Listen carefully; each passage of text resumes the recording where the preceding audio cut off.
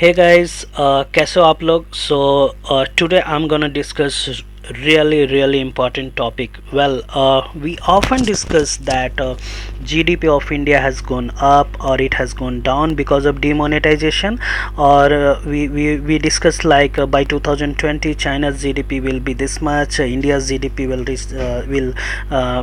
be this much, like that. We always discuss, but have we ever thought what does this GDP actually means? Well, if you know, that is very good, and if you don't know, do not worry at all, because I'm there to discuss what is this GDP actually means. All right.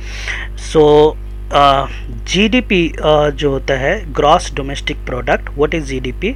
GDP is the market value of all officially recognised final goods and services produced with in a country in a year और over a given period of time. Say suppose quarterly, ये quarterly भी हो सकता है और yearly भी calculate हो सकता है.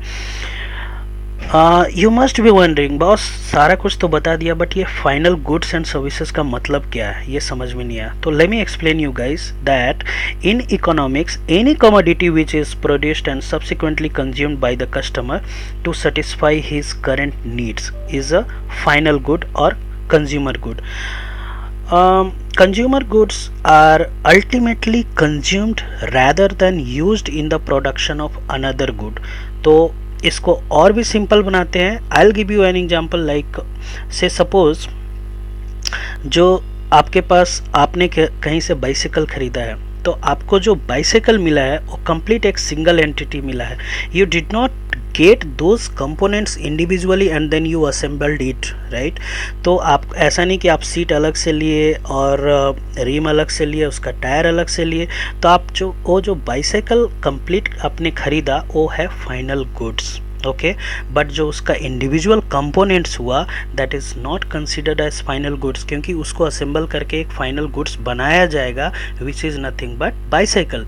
तो बाइसाइकिल हो गया फाइनल गुड्स, एंड वो जो कंपोनेंट्स होते हैं individual components, we call them as intermediate goods. Alright. So ठीक है, ये हो गया कि जीडीपी का डेफिनेशन हो गया. नाउ विल सी व्हाट ये जीडीपी का मतलब क्या होता है. अगर सपोज आपके पास, आपको जीडीपी पता है, तो उससे आप क्या क्या समझ सकते हैं. तो basically to determine how well your country's economy is doing, you should know GDP. अगर जीडीपी ज़्यादा हो रहा है तो मतलब कि कंट्री का जो इकोनॉमिकल हेल्थ है, ओके, वो अच्छा है. Okay, GDP is usually used since it is one of the economy's primary indicator. Okay, so अगर आपको पता करना है कि जीडीपी हैज़ इम्प्रूव्ड और not, it's very simple. You can compare the GDP from the previous quarter और year to the current one. आपको पता है कि 2016 का जीडीपी क्या था, एंड देन 2017 में आपको पता था कि क्या है, क्या कितना जीडीपी हुआ. तो you can compare those and then again in 2018. Alright. तो it can be calculated quarterly as well, as I discussed earlier. Okay, अब आते हैं कि अगर जीडीपी ज़्यादा है इसका मतलब क्या है, या जीडीपी कम है इसका मतलब क्या होता है. तो if GDP is up it means that there are only a few people who are unemployed. तो ये इकोनॉमिस्ट ऐसा मानते हैं कि किसी भी कंट्री का जीडीपी अगर ज़्यादा हो रहा है, इट मीन्स वहाँ का, उस कंट्री का जो इकोनॉमी है बहुत ही स्ट्रॉन्ग हो रहा है. तो स्ट्रॉन्ग हो रहा है का मतलब क्या, कि वहाँ का इकोनॉमिक हेल्थ अच्छा है, वहाँ पे बहुत ही कम लोग अनएम्प्लॉयड हैं, and most workers can expect to have an increase in their wages. Okay, तो ये सारे फ़ायदे हैं. वहाँ के लोग वेल एजुकेटेड हैं, ओके, इकोनॉमिकली स्ट्रॉन्ग हैं, ये माना जाता है अगर जीडीपी अप है. What if GDP has gone down? अगर जीडीपी नीचे चला गया, सबसे पहले तो सीधी सी बात है कि वहाँ का जो है इकोनॉमिक हेल्थ अच्छा नहीं है, and investors don't like if the GDP has gone down.